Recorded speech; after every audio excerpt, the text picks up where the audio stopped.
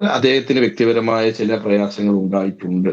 അത് സ്വാഭാവികമാണ്. ഇനി താങ്കൾ പറഞ്ഞതുപോലെ പാർട്ടിയുമായി ബന്ധപ്പെട്ട് അദ്ദേഹത്തിന്റെ പ്രശ്നങ്ങളുണ്ട് എന്ന് ഞാൻ വിശ്വസിക്കുന്നില്ല. ഈ പറയുന്ന ആക്ഷേപങ്ങൾ, നേരത്തെ പറഞ്ഞ ബാങ്കുകൾ, മറ്റ് കത്ത്, ഇതൊക്കെ പറഞ്ഞുള്ള ആക്ഷേപങ്ങൾ, അതിനെക്കുറിച്ച് അന്വേഷിക്കട്ടെ.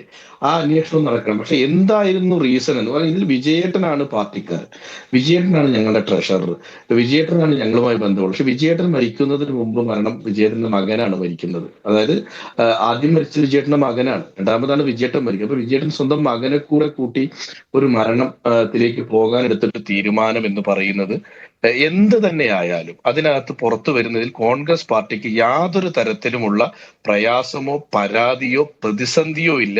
ഞങ്ങൾ ഇന്നലെ തന്നെ പറഞ്ഞതാണ് സമഗ്രമായ അന്വേഷണം നടത്തണം. പക്ഷെ ഞങ്ങളുടെ കണ്ടീഷൻ ഇത്രയേ ഉള്ളൂ: സത്യസന്ധമായിരിക്കണം, സുതാര്യമായിരിക്കണം, കേവലം രാഷ്ട്രീയ നാടകങ്ങൾക്ക് വേണ്ടിയുള്ള ഇടപെടലുകളായി ഇത് മാറരുത്. കാരണം പക്ഷേ ആ മനുഷ്യൻ കോൺഗ്രസുകാർ, നമ്മളോടൊപ്പം പ്രത്യേകിച്ച് ഇല്ല. വയനാട് ജില്ലാ അദ്ദേഹത്തിന്റെ കോൺഗ്രസ് സത്യാവസ്ഥ കമ്മിറ്റി പുറത്തു വരണം. മറുപടി പറയേണ്ട കുറെ ആരോപണങ്ങളാണ് CPM ഉന്നയിക്കുന്നത്. അതാണല്ലോ നമ്മൾ ഈ ചർച്ചയ്ക്ക് നിദാനമായതും. അതിലേറ്റവും പ്രധാനപ്പെട്ടത് ഒരു കരാർ, ഒരു മുദ്രപത്രത്തിൽ എഴുതി ചേർത്ത ഒരു കരാറുമായി ബന്ധപ്പെട്ടുള്ള ഒരു ഡോക്യുമെന്റ് പുറത്തു വന്നു എന്നുള്ളതാണ്. ആ ഡോക്യുമെന്റിൽ വളരെ കൃത്യമായി പറയുന്നു, 30 ലക്ഷം രൂപ ഈ ബാങ്കിൽ, ഈ 3 ബാങ്കുകളിൽ ഒന്നിൽ ആദ്യം വരുന്ന ഒഴിവിലേക്ക് നിയമനം നൽകുന്നതിനായി പീറ്റർ മാഷിൽ നിന്ന് പണം കൈപ്പറ്റി 30 ലക്ഷം രൂപ കൈപ്പറ്റിയെന്നും അത് IC ബാലകൃഷ്ണൻ വഴിയാണ് കൈപ്പറ്റിയതെന്നും IC ബാലകൃഷ്ണന് വേണ്ടിയാണ് കൈപ്പറ്റിയതെന്നും എല്ലാം പറഞ്ഞുകൊണ്ടുള്ള ഒരു മുദ്രപത്രത്തിലുള്ള ഒരു കരാർ പുറത്തു വന്നിരിക്കുന്നു. സ്വാഭാവികമായും ഇങ്ങനെ ഒരു കരാർ, ഇത് യഥാർത്ഥ ഡോക്യുമെൻ്റ് ആണെങ്കിൽ അതിന് മറുപടി പറയാൻ DCCക്ക് ഉത്തരവാദിത്തമില്ലേ? അതിന് കൃത്യമായ മറുപടി ഞാൻ ഔഫലിന് പറയാം.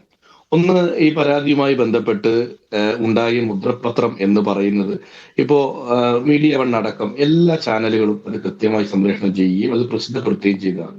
നിങ്ങൾ ആരെങ്കിലും ഇതിന്റെ ഒറിജിനൽ ഒരു കോപ്പി കണ്ടിട്ടുണ്ടോ എന്നുള്ളത്? ഞാൻ പിണറായി വിജയൻ മറ്റേ PSCയുടെ ചോദ്യപേപ്പർ അല്ല PSC ചോർച്ചയുമായി ബന്ധപ്പെട്ട് ഫോൺ പിടിച്ചെടുക്കാൻ സോഴ്സ് അന്വേഷിച്ചതുപോലെ അറിയുന്നതല്ല. ഞാൻ ഇതൊരു ചോദ്യം മാത്രമേ ഉള്ളൂ. നിങ്ങൾ ആരെങ്കിലും ഇതിന്റെ യഥാർത്ഥ സോഴ്സ് കണ്ടിട്ടുണ്ടോ എന്നുള്ളതാണ് ഒന്ന്. രണ്ട്, ഇതിനകത്ത് 2 പേരാണ് ഒപ്പിട്ടിരിക്കുന്നത്. ഒന്ന് മരണപ്പെട്ടു പോയ വിജയേട്ടനും, ഒന്ന് പീറ്റർ എന്ന് പറയുന്ന താങ്കൾ പറഞ്ഞ വ്യക്തിയുമാണ്. ഈ പീറ്റർ എന്ന് പറയുന്ന വ്യക്തി ഇന്നും ഇവിടെയുണ്ട്. പീറ്റർ ആരോടെങ്കിലും പറഞ്ഞിട്ടുണ്ടോ ഇങ്ങനെ ഒരു മുദ്രപേപ്പറിൽ ഞാൻ ഒപ്പിട്ടിട്ടുണ്ട്, ഇങ്ങനെ ഒരു മുദ്രപേപ്പർ ഉണ്ട് എന്ന് പറഞ്ഞിട്ടുണ്ടോ? എന്റെ അറിവിലില്ല. ഉണ്ടെങ്കിൽ പറയട്ടെ. ഇദ്ദേഹത്തെ പീറ്റർ എന്ന് പറയുന്ന വ്യക്തിയുടെ മൊഴി പോലീസ് രേഖപ്പെടുത്തിയെന്നാണ് മനസ്സിലാക്കുന്നത്. സ്വാഭാവികമായും ആ മൊഴിയിൽ അദ്ദേഹം പറഞ്ഞിട്ടുണ്ടായിരിക്കാനുള്ള സാധ്യതയുണ്ട്. അദ്ദേഹം ഉണ്ടോ ഇല്ലേ എന്നുള്ള കാര്യം അദ്ദേഹം പറഞ്ഞിട്ട് സാധ്യതയുണ്ട്. പക്ഷേ ഇങ്ങനെ ഒരു കരാർ ഇത് വ്യാജമായി നിർമ്മിച്ചതാണ് എന്നാണോ താങ്കൾ പറയുന്നത്? ഈ കരാറിന്റെ ഒറിജിനൽ എന്ന് പറയുന്നത്, ഒരു മിനിറ്റ്, ഈ കരാറിൽ തന്നെ അദ്ദേഹം അതിൽ പറയുന്നുണ്ട്, ഒന്നാം കക്ഷിയായ പീറ്ററിന്റെ കൈവശമാണ് ഇതിന്റെ ഒറിജിനൽ എന്ന് പ്രത്യേകം പറയുകയും ചെയ്യുന്നുണ്ട്. സ്വാഭാവികമായും അദ്ദേഹം കാണിച്ചു തന്നാൽ മാത്രമേ നമുക്കും അത് കാണാൻ സാധിക്കുകയുള്ളൂ. പോലീസിന്റെ അന്വേഷണത്തിൽ അദ്ദേഹത്തിനോടുള്ള ചോദ്യത്തിന് ഉത്തരമായും ഇങ്ങനെ ഒരു ഡോക്യുമെന്റ് ഉണ്ടെങ്കിൽ അദ്ദേഹം അത് കാണിക്കുകയും വേണം. ഈ പറയുന്ന ഡോക്യുമെന്റ് ഇപ്പോൾ നമുക്ക് ഈ ഫോട്ടോസ്റ്റാറ്റ് കോപ്പി വെച്ച് സംസാരിക്കാൻ സാധിക്കുകയുള്ളൂ. ഇങ്ങനെ ഒരു കോപ്പി വ്യാജമായി നിർമ്മിച്ചതാണ് എന്നാണോ വയനാട് കോൺഗ്രസ് പറയുന്നത്? ഞാൻ ഒന്ന് പറഞ്ഞ് പൂർത്തിയാക്കാൻ സമ്മതിക്കുക എന്നുള്ളതാണ്. ഞാൻ പറയുന്നത്, ആ മുദ്രപത്രത്തിന്റെ ഒറിജിനൽ നിങ്ങൾ കണ്ടിട്ടുണ്ടോ എന്നുള്ളതാണ്. മാധ്യമ പ്രവർത്തകർ ആരെങ്കിലും, ഞാനതൊരു കുറ്റപ്പെടുത്തലായി പറയുന്നല്ല, കണ്ടിട്ടുണ്ടോ? ഉണ്ടെങ്കിൽ ഉണ്ട്, ഇല്ലെങ്കിൽ ഇല്ല. ഓക്കെ, കണ്ടിട്ടില്ലെങ്കിൽ പോട്ടെ. ഇനി താങ്കൾ പറഞ്ഞ മൊഴി രേഖപ്പെടുത്തൽ നടന്നു എന്ന് എനിക്ക് മനസ്സിലായിട്ടില്ല. കാരണം അസ്വാഭാവിക മരണത്തിനെടുത്ത കേസിൽ എങ്ങനെയാണ് പീറ്റർ കക്ഷിയാവുന്നത്? വിജയേട്ടന്റെയും മകന്റെയും അസ്വാഭാവിക മരണത്തിന്റെ അന്വേഷണത്തിന്റെ സമിതി രൂപീകരിച്ച് 1 മണിക്കൂറിനകത്ത് പീറ്ററിൽ നിന്ന് മൊഴിയെടുക്കാൻ പറ്റില്ല. കാരണം അത് കേസ് രജിസ്റ്റർ ചെയ്ത് അതിന്റെ അന്വേഷണത്തിന്റെ ഭാഗമായി എത്തണമെന്നുള്ളത്, അത് എത്തിയിട്ടില്ല എന്നുള്ളതാണ് എനിക്ക് വയനാട്ടിൽ നിന്നുകൊണ്ടുള്ള അറിവ്. ശരി, ഇനി എത്തിയാലും പീറ്റർ ഇത് തെളിയിക്കട്ടെ. ഇനി താങ്കൾ പറഞ്ഞതുപോലെ പീറ്ററുടെ കയ്യിലാണ് ഇത്തരത്തിലുള്ള ഒരു മുദ്രപത്രം ഉള്ളതെങ്കിൽ പീറ്ററിന്റെ കയ്യിലുള്ളതാണെങ്കിൽ പീറ്റർ വഴിയായിരിക്കാം പുറത്തു പോയത്. അത് അന്വേഷണത്തിന്റെ ഭാഗമായി നമുക്ക് തെളിയിക്കാം. ഇനി ഞാൻ എന്റെ ഒരു സംശയമാണ് താങ്കളോട്.